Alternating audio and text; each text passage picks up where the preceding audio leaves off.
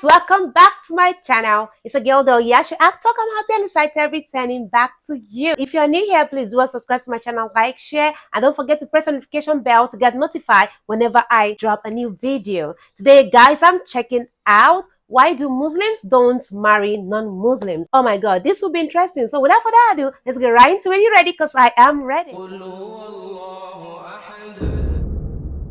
The one.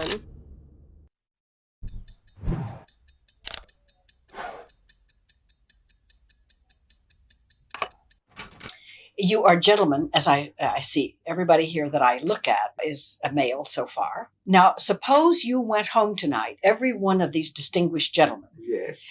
And all of your daughters chose this day to tell you that they had decided to marry the Jewish boy down the street Right. or the Christian Right. boy that was walking around. Young people, often they start all these things. And then how do you speak to them when you say, look, the Jew is my brother, the Christian is my brother, but we don't get married. And then you come back to white doesn't want to marry black, and then everybody passes laws. So intermarriage, or what they decided. What if your son came home and said, I have been a good Muslim for 30 years, but suddenly I have decided to become a Christian? I mean, so what do you say? Yes. Okay. Your second question. That's a good question. Islam tells us, see, in detail now, whom we can and whom we can't. We follow this biblical injection to the letter, where the Bible says that an idolater or an idolatress thou shalt not marry. Now we uphold that. An idolater and an idolatress thou shalt not marry. So my son falls in love with a Hindu girl. My religion says, no, you can't marry her. No man, how beautiful she is. No man, how much she allures. What? Is that you can't marry. Now, racially, with the Hindus, most of the Hindus, we are one language group. We have the same racial stock. We carry the same surnames. We enjoy the same dishes.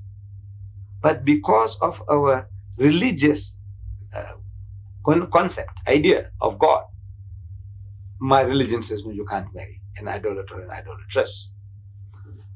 I can, my religion allows me to marry a Christian woman or a Jewess.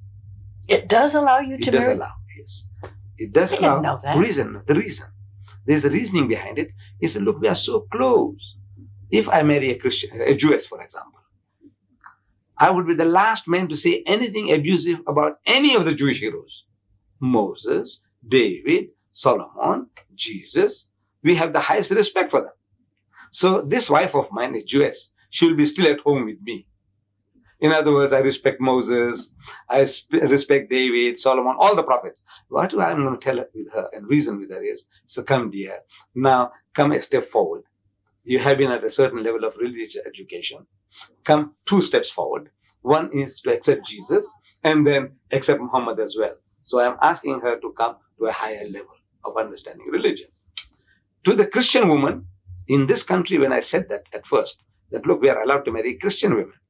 So the white men in the audiences, when I delivered talks, they were thinking, say, yeah, I know why. So I said, why? He said, just because we are whites. You think now marrying a white woman is a superior thing to do. I said, no. Even if the Christian woman is an African woman, she is a Hottentot, she is a Bushman, she is Christian, I can marry her. Because again, we are so close. We accept Jesus as one of the mightiest messengers of God. We accept him as the Messiah. We accept his miraculous birth. We accept his many miracles. The only point of real difference between me and my spouse, that Christian lady, would be that I would say, look, he is not God. He is not the begotten Son of God. But everything else, we have a common denominator. We have one with the Jew. We have a common denominator with the Christian. So we said, we can get them, and more easily they can be absorbed in the house of Islam. Because whatever you believe, we believe, plus a step further. But now my daughter can't marry a Hindu man, nor can she marry a Jew, nor can she marry a Christian. Now the Hindu is understood being an idol worshipper. But now you say, what about the Jew and the Christian? I can marry a Jewess and I can marry a Christian woman. Why can't my daughter marry a Jew or a Christian? Yeah. Now the reason is that you see the Christian husband of my daughter, he's got no respect for Muhammad. He's going to use an offensive language. He's going to say Muhammad is an imposter. Why? Because that's Not his training. necessarily. No, that's his training. Because as soon as you say that you accept Muhammad as a prophet, you are a Muslim. You see, when you say, I say, look, Muhammad, you will say, look, Muhammad was a great man. Everybody says so. He was a mighty man. You know, he created a nation and an empire and a religion. He is supposed to have left behind a book, like the Quran. So he said, look, I take off my hat to the man. He's the great. And so many people say he was one of the greatest men that ever lived. Michael H. Hart, in his top 100, he puts Muhammad number 1. Yes. Jules Masserman, you know, in his book on the Turks, history of the Top Turks. 100 men. Right, in the top 100.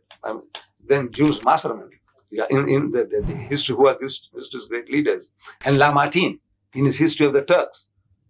He says if greatness of purpose, smallness of means, and outstanding results are the 3 criteria of human greatness, who could dare to compare any great man in modern history with Muhammad? He's daring people, bring your candidates.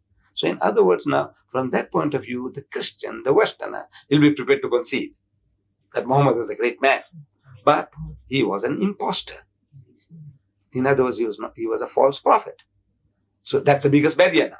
Because if you accept that he was also a prophet means that God chose him. If God chose Muhammad, now Muhammad tells you that the flesh of the swine thou shalt not eat. Now you can say, look, I like pork chops. You know, all my life I've been enjoying it. He said, look, this man is a prophet of God and is authorized by God to tell you now, don't eat the pig. Don't drink alcohol. No promiscuousness. Don't dance or court or date women. So at every step now, if you believe in this man, that he is a prophet of God, you have to listen to him. It's not just a word saying, I believe he's a prophet. It means nothing. When you say he is a prophet of God, what does it imply? It means that he is chosen by God. Now, if he's chosen by God to guide you, to tell you now, according to your capacity now, that you are not to touch alcohol, you are not to take interest, you're not, whatever he tells you, it becomes binding on you, which you are not prepared to accept. Who? The Jew or the Christian. Oh, wow. This is really interesting conversation between Mr. D Dad, and I do not know the name of the lady. So if you know, you can, drop in the comment section below so I can know her more. But she really threw a very good question, and the question was being answered well. In a way, I don't know, because I'm a Christian. One person said something, said Prophet Muhammad is an imposter, he's this, that, doesn't mean everybody says that. Because as a Christian, nobody, is being advised. Nobody has ever told me to, insult anyone, because if we are seeing Muhammad as a normal person, then we don't have right to say any negative things about him, because insult is not something they encourage us as Christians to do. So guys, the 10 commandment is there. If you check it out, that is honor your father and your mother. It's not just your father and your mother you are to honor, okay? It means someone that is above you, even someone that is below you. You would respect the person. So honoring is not just for father and mother, but someone you see your day-to-day activity. Because one person said that doesn't mean everybody is having the same opinion. So we should be guided on that area. I really appreciate that I come across all of this today, and it's really, really amazing. Thank you for making me check this out. So I will appreciate if you drop your opinion in the comment section below. I would love to see that, and I promise I'm going to respond back. Yes. So guys, I've come to the end of my reaction. Do well to like, subscribe, share, and don't forget to press the notification bell to get notified whenever I post a new video. I love you guys always. Bye.